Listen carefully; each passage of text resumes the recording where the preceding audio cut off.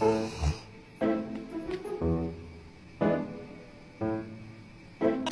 you get down the fiddle and you get down the bow. Kick off your shoes and you throw 'em on the floor.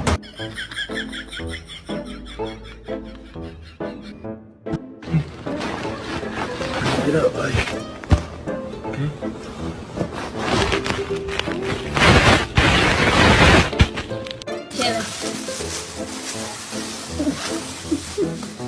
Is this your elbow or is this your elbow?